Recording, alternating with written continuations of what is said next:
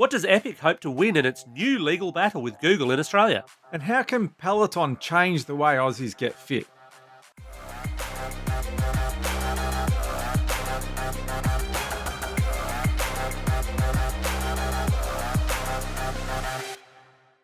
Vertical Hold is proudly brought to you by Aussie Broadband, changing the game with their award-winning network and Australian-based support. Hi there, welcome to Vertical Hold Behind the Tech News, where we catch up with Australia's leading technology journalists to dive into the big tech stories of the week. I'm Alex Kidman, and quite honestly, operating on about 2 hours sleep as we're recording this, and nowhere near enough coffee either. I'm joined as usual by Adam Turner, a man who I requested to bring a pointy stick with him, but instead he seems to have turned up with, Adam, is that a car battery and a couple of wet sponges? Have you been binge watching Lethal Weapon again, young man? You cannot watch Lethal Weapon too many times, all right? But I just want to keep you on your toes. Just as long as you keep your eyes open, you've got nothing to worry about. Right, I see how it is. We're also joined this week by Age and Byteside tech journalist Alice Clarke. Alice, welcome back to the show. Thank you very much for having me. I hope you're well rested. Look, as much as one can be in a pandemic. Yeah. I'll just point out, Alice, you are a lot closer to Adam than I am right now. He doesn't have to reach quite as far with those sponges. So, Oh, that's true. But I do have a pointy stick and a small sword. So, yeah, Okay, I'm prepared. touche.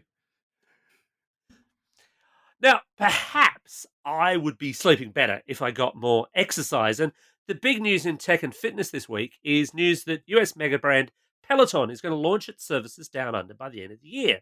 And we'll be getting on our bikes to pedal through that one later. But first up, Epic Games has expanded its anti-App Store lawsuit this week, taking on Google Australia. Alice, what's this story all about? Well, Epic wants more money, and Google doesn't want to give it to them, I think is a good way to sum it up. But basically, Epic had their big game Fortnite in the Google Play Store, and it was all set up so that people would have to buy their in-app purchases through the Google Play Store. Epic found a workaround. Google was upset. They took it out of the Play Store. And if it sounds familiar, Apple did basically the same dance last year. It's just reruns. Yeah, this is kind of the extension and the ongoing skirmish, isn't it? Why Google in Australia? Because it feels to me as though Google and Android are in a slightly different position to Apple and iOS. Australia's a really good test market for things. Like, if you can float all kinds of crazy flavors and lawsuits and other things and not have it blow back as much as the rest of the world. We also have laws that are a little bit more favorable to Epic in this situation, but it's just weird.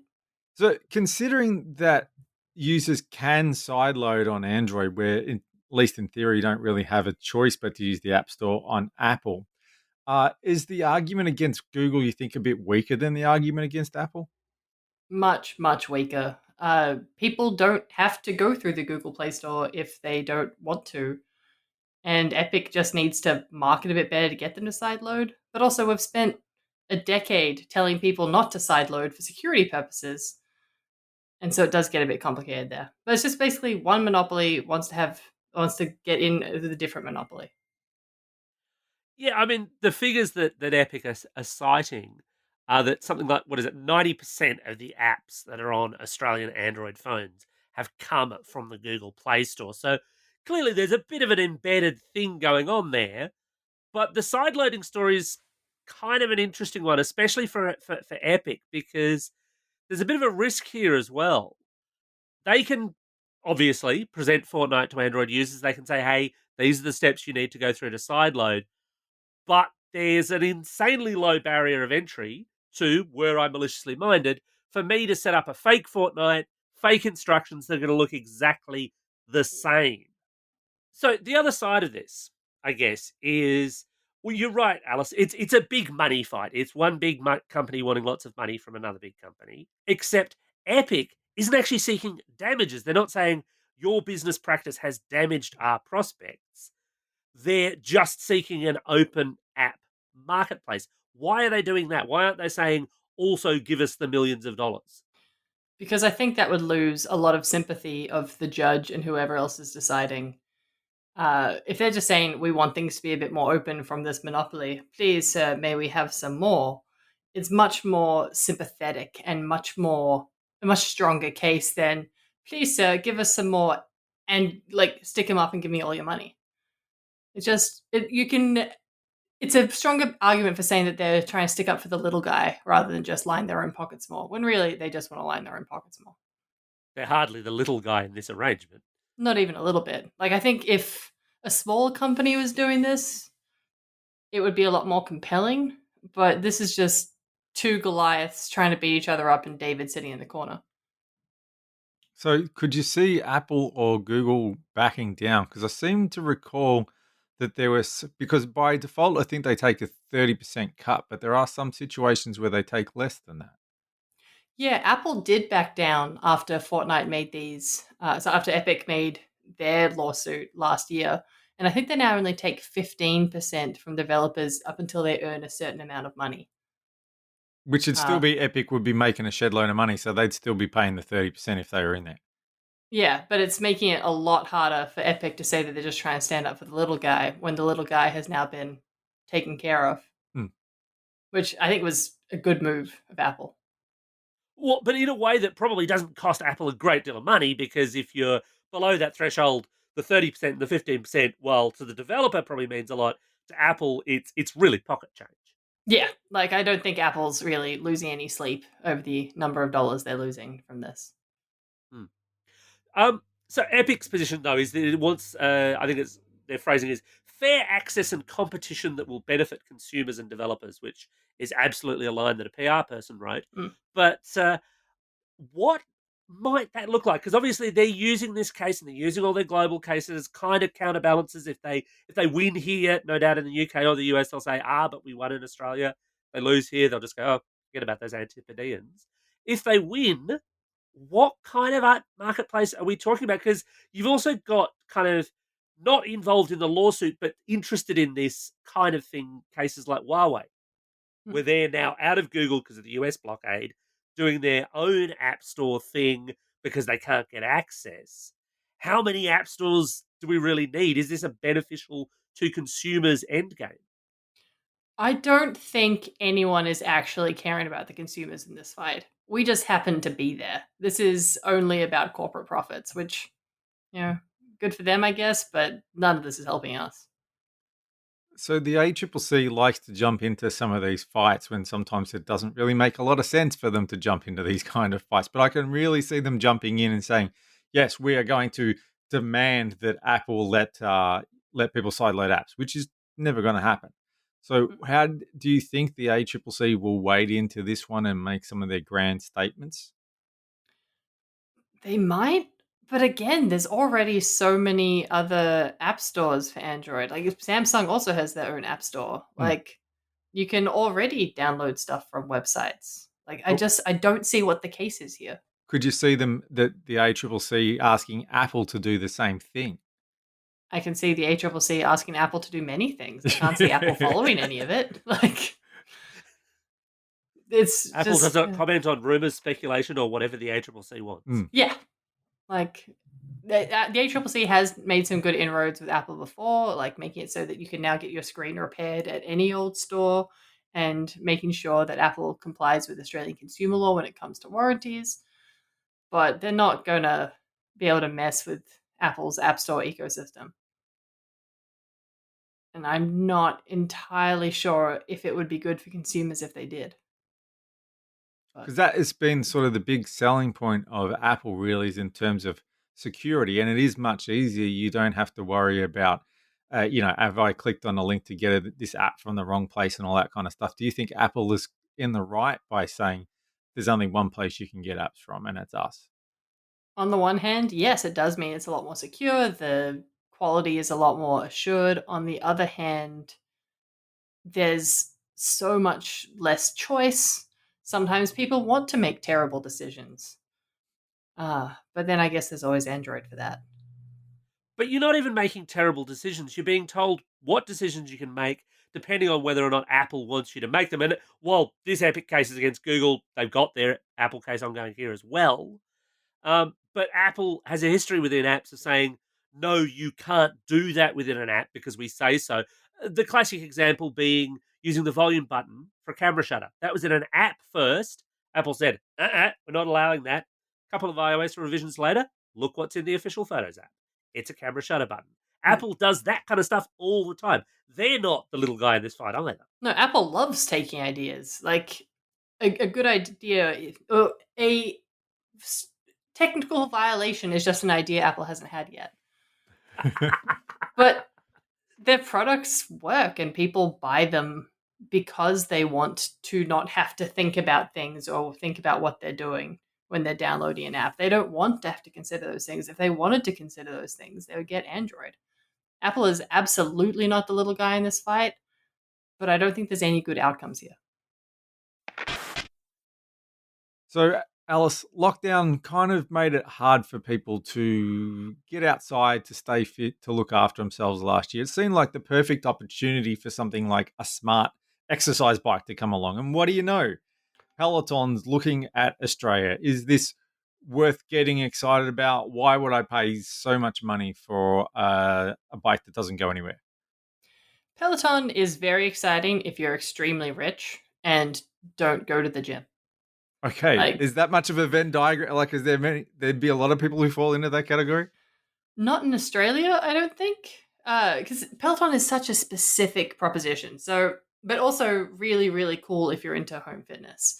So you've got this really smart bike that does all the metrics, and then you have live streamed spin class workouts that you can do from the comfort of your own home, but there is a live actual person on the other end doing that workout at a particular time. So, talk me through what the bike looks like. It's got it's like a screen on the front. Yeah, so it's basically the Tesla of exercise bikes. There's a big screen that you probably don't need for it to be that big.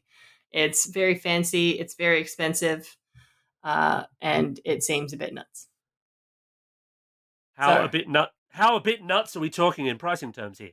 thousands of dollars. Like it really depends on which. Like there's a few different models, but you're probably looking at about $2.5 grand for the actual bike, and then for the bike to be worth it, you have to get the $60 a month subscription, which is a lot of subscription. Like if you wanted to go down to Rebel Sport and buy a standard exercise bike for about $500 and use your existing iPad or iPhone, you can put that on the bike and then do Apple Fitness Plus for $14 a month and get a very similar experience without it being live.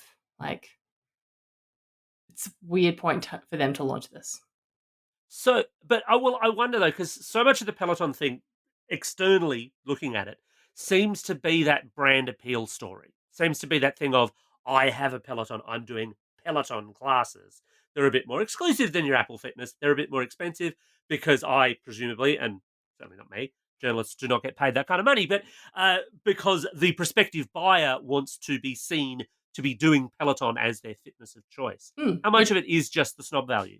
In the same way that a Tesla, yeah, it's mostly just the snub value. Like it really is the Tesla of exercise bikes.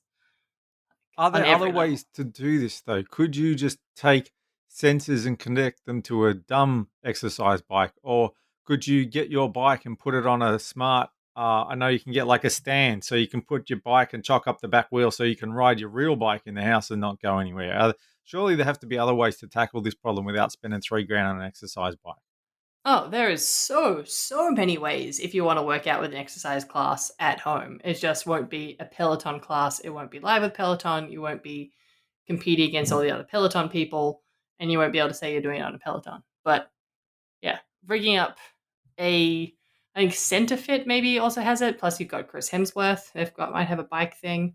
Apple Fitness Plus has a bike thing, which is really good. Ty's workout for Black History Month was amazing. Excellent, divas. Loved it. There's so many ways that you can get a very, very similar experience for less than a quarter of the price without the high ongoing costs. How much of it is that frictionless thing, though? You sign up to Peloton, you pay the money, you get all of these things, and you get, I mean, you mentioned Chris Hemsworth there, but I know they've got various sign ins. I think they've got Beyonce, for example, Mm. as a brand ambassador, and they do classes around her music and so on. How much of it is that frictionless? I can just do this. I don't have to slot my iPad into my bike because there's a screen there already. How much of it is that? Because let's face it, exercise is hard to do, and lots of us, and when I say lots of us, I mean me, I find it hard to do because I find it hard to get energized to do it. The more steps I have to do to get into it, the less likely I am. Look, it's basically all of that. And if I was extremely rich, I would be and had the space, I would be strongly considering getting in Peloton. It's almost as cult like as Soul Cycle. Like these spin class workouts are so addictive and you feel so good and so motivating. But I can also pay for a gym subscription for the same price and have an in-person teacher who is just as motivating with a bike that's pretty comfy and doesn't need a screen. So instead, perhaps, of the Tesla of exercise bikes, is this actually the Thermomix of exercise bikes? That sounds about Yes. right. I think you But- just nailed it. The Thermomix is the Tesla of mixes. Is that Yes. true? What if you suffer from a medical precondition of not wanting to go to the gym and exercise? Then a Peloton is probably not going to motivate you either. Am I, because we already have these things. I'm thinking of the Tesla of juices, for example. What happens if I stop paying my subscription? Does it brick the bike? What happens if Peloton goes out of business? Am I left with an expensive paperweight? I think you can still ride the bike, but you won't have all the lessons, and I don't think you get all the metrics anymore. So they don't put a wheel clamp on how much paper do you have, Adam, that you need a bike to keep it down? Oh, look, old school. It's old school in this office. It's all the newspapers. It is. They've also got, although I don't think they're bringing it here, a treadmill as well. So there's, I guess they're almost going again for that Apple kind of thing of here's an ecosystem of things to buy into. Yeah, and they've got the app that does the weights. Like there's a Peloton community, and it is more of a community than, say, Les Mills or Apple. But yeah, it's a very exclusive community. And if at any point you've gone $2.5 grand, $60 a month, they don't want you. Yes. If you have to ask the price, you cannot afford it. I've seen some journalists we know doing this app where they're riding and there's a screen in front of them and it's like they're riding in fancy places around the world. Is that this or is that something else? Zwift, ZWIFT. So good. It's this really cool app, and you can just attach a thing to your shoe or to your bike. And so it can either be on a stationary bike with an iPad, or you can actually go out and ride. And you can go on a ride with someone. So you can sync it up so you're riding with somebody else, and so they're next to you and you can talk to them. It also works with running. It's a really, really cool bit of technology, and you can do it on all these different tracks. And if I had an exercise bike, I would have done that all through lockdown because it's a way to escape and do these parts. You can do the Tour de France in it. That's what I was going to say. I think I saw people riding the stages of the tour. Yeah, but you can also ride Central Park, and you can ride. They've made a couple of their own tracks, and you can ride in space. I did this at an event a few years back, and it was so cool. But I never bought it or did it ever again. I feel like I should give a shout out to a friend of mine who coded up an app recently that lets you exercise through popular fiction. Ooh, So you can literally walk into Mordor, for example. Ooh. that's cool. So it tells you how far you've walked and if you've reached Well, the you mountain. have to tell. The thing is, it's relatively low tech. What they've done is they've kind of plotted out the distances. You set up an account. It's a thing called Steps Through Stories, and you say, right, today I exercised this far on my Peloton or on whatever, or I went for a run this far, and it says, right, well, you're this close to Rivendell, you're this close to Mordor, or you're this close to getting through Narnia, or so on. So there's lots of. I find it interesting. There's lots of ways that we're gamifying a lot of this exercise stuff now, and that's obviously not a new trend at all. Well, it just makes it more fun. Like, look at how popular Ring Fit was during lockdown. We love to gamify fitness because we love games and we don't like fitness. Sorry, I missed that one. What's Ring Fit? Oh, Ring Fit is a game for the Switch, and it's got like a big ring that you have to push down to defeat enemies. And sometimes you have to do like It's sit-ups. awesome. It's Like an so exercise good. ring that you hold in your hand like a big steering wheel and you can squeeze it and turn it and lift it. Yeah. Yeah, And yeah. like you do squats and stuff, but the ring is an actual character in the game, and you have to like defeat this giant dragon looking dude.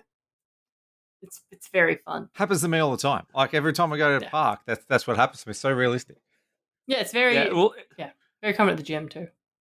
if you're beating up big purple, swole gym bros in your spare time, Adam, then this is a side of you I didn't know about. But I will say, Ring Fit Adventure is actually how I have been keeping in vague shape. I'm a vague shape these days. Throughout, in fact, the last year. Do you think that we'll see more of this kind of stuff as COVID lockdowns come and go and move to different parts of the world? Do you think that Peloton is kind of the tip of the iceberg and that the more people eyeing off this space at the moment? Absolutely. Everybody in lockdown had one really good app idea, and unfortunately, some of those people will make those apps. There's already so many good fitness apps. So during lockdown, before Fitness Plus came out, my whole family became addicted to Les Mills on demand because we did all the Les Mills classes in the gym. So like we were doing body combat and body pump and body attack, which really does attack your body, over FaceTime every day with my mom in her apartment and us in our apartment. And it was awesome. And it made it like made lockdown survivable. And I'm never going to do it again. Like, just how it goes. If you don't really feel like exercising, but you still want to subscribe to something with actual money, Scribd is a new app that I've been checking out this week, which is kind of cool. Like this claims to be the biggest digital library in the world, and I have no way to refute those claims. And they've got books, audiobooks, PDFs, sheet music, podcasts, all kinds of stuff. And it's setting itself up as the Audible contender, but it looks incredible compared to Audible because Audible is $16.50 a month and you get one audiobook and then you have to buy the other audiobooks, whereas this is $14 a month and everything is free, but you just don't get to keep it. And it sounds really cool. Oh, there's magazines as well. And So it sounds to me like it's taking that approach that we've seen actually from a bunch of different things because Apple News is sort of in that space. As you said, Audible's sort of in that space. Spotify's sort of in that space. And just cramming them all together into one package then. yeah, it's pretty much putting everything together. And it's a really good idea. Except the only problem is that libraries already had this idea. Hmm. And you could already get a library app that has books and audiobooks and magazines and PDFs, but not podcasts or sheet music. And if you join up to your local library, you can get that for free. Mm. The other thing I So was thinking is they must have, unless they've got access to a good library, it's just going to be full of B grade content. Like, where are they licensing it from?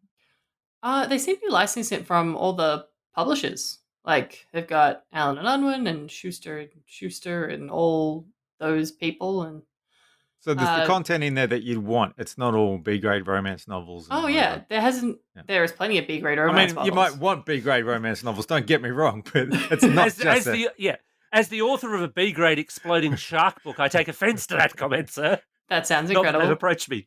But pretty much every book that I've searched for to read has been there. Like I that's a haven't good test. yet. But so sometimes it'll only be there as an audiobook or as a book, but sometimes it's there as both. So I'm not quite sure why sometimes it's only there as an audiobook, but I guess different content things with different people. But there seems to be everything. Like it's a really, really cool app. And if libraries didn't already exist, I would recommend it as like the best thing ever. But libraries do exist. I wonder, can you combine the two approaches? Because I'll be honest here, I sort of get bored with a lot of fitness classes, and I also find it a little bit off-putting when you've got, this incredibly ripped-looking person in front of you, and you're just kind of looking down at yourself and going, yeah, that ain't me. But I will quite happily watch stuff or even potentially read stuff while I'm exercising. So maybe the combination. When do we get the Scribd plus Peloton joint subscription package? I would be so into that. I think it's crazy that Netflix hasn't yet launched a fitness thing. Because if you had like if Netflix launched a half screen, like here's a fitness thing synced to this episode of Gilmore Girls, I would be doing that every single day. Like you could do fitness synced with Bridgerton. It would be really weird, but there's a lot of people who would do it. I'm just amazed now that you mention it that nobody's kind of licensed all those Jane Fonda 80s workout tapes for a streaming service yet. Well, my favorite Fitness Plus instructor, well, one of my favorites, Molly, actually used to be a Jane Fonda fitness instructor back in the 80s. And That is old school. that is a good fun fact. But you can just sit in one of those. So at my gym, they've got a little bike that you kind of lean back and you sit into like a normal seat, but then you pedal in front of you. You can read a book while doing that very easily. I have done that many times. Yeah, I don't want to go to a gym. I'm still not ready to really go out and be in a place where lots of other people are sweating right now. But for some Yeah. reason, I'm still like a member of my gym, but I go like twice a week during very off-peak hours, which is quite different to my 4 classes a week before the apocalypse. But one day we'll be back at the gym. But like if you go at like 2:00, there's one other person there, and they're on the other side of the room. In the morning or the afternoon? AM or PM. Yeah, PM. There's probably more people there at AM. I was going to say, you are keen. No, it's yeah. I put on so much weight in lockdown and lost all of my muscles, and that's because crispy M&Ms are the best coping mechanism you can find. I'm the only person in Melbourne who lost weight during lockdown. I lost about 15 kilos last year, and people spit on me in the street. They really That's do. fair. I applaud Adam for this. I think that's a remarkable effort. But then It's- I never had any muscle mass to lose, so it was a bit of an even sum game for me. Yeah, no, before lockdown I was like into like heavy like weightlifting, and now I'm into heavy TV watching, and both are good. TV's a heavy weight. It still counts. Yep, yeah, I'll lift it one day. Well, that just about wraps up another episode of Vertical Hold. Thanks to Alice for joining us for this week's show. Thanks so much for having me. Great to be with you. And now, as is our usual habit, as the regular listeners will realise, now is the time for you, Alice, to answer 3 quick questions. Ooh, okay. Where can people find your work online? Where can they find you on social media? And most importantly, which children's cartoon character is the all-time best? Oh, okay. So you can find me online at The Age or SMH and Byteside. I write for them a whole bunch. You can find me on Twitter at AliceDKC. And the best children's cartoon character. Okay, does Daria count as a children's cartoon? Or do I need to go to Captain yes. Planet? I want to say yes. He won't let me wants have to say- Archer. I won't let him have Archer, so I don't That's think I fair. can let you have Daria. So. Okay, Daria did basically raise me from the age of about 6. But okay, I'll go to Captain Planet. Oh, He's how a very, hero. How very green and noble of you. Ted Turner would approve. It's just that was such a good show. But you go back and watch it now and it doesn't necessarily hold up. Like the episode where Neil Patrick Harris is given AIDS by a sewer rat is very weird in 2021. I am not remembering that That's from quite Captain Planet, deep but for a now kid's I show. want to find that episode. Oh, you got to watch the whole show again because it, like, you think that it was so it's not the show you remember it being. I dread to think what happened to the Ninja Turtles. Probably something worse. And while everyone ponders on that, as always, you can catch us online at verticalhold.au on Twitter, at verticalhold.com.au on the web, or at the freshly restored Vertical Hold Facebook page for as long as it's still there. Thanks everyone for listening again. Don't forget to tell your friends about us, leave us a review on your podcasting platform of choice, and help us spread the good word in 2021.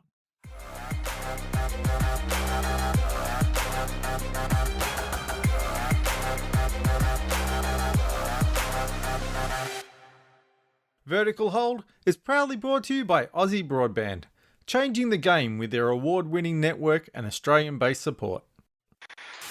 Okay, now can I fall asleep?